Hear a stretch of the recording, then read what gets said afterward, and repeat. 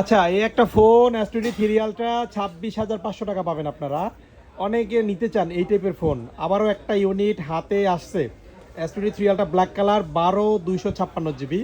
তো এই ফোনটা হচ্ছে পাবেন 26,500 টাকা। ওকে, এখন কাজের কাজে আসি। এটা হচ্ছে গ্রিন লাইন আছে, এই যে এর এই পাশে যদি দেখেন গ্রিন লাইন আছে, উপর থেকে বরাবর গ্রিন লাইন একেবারে A to Z আমি দেখিয়ে দিই আপনাদের।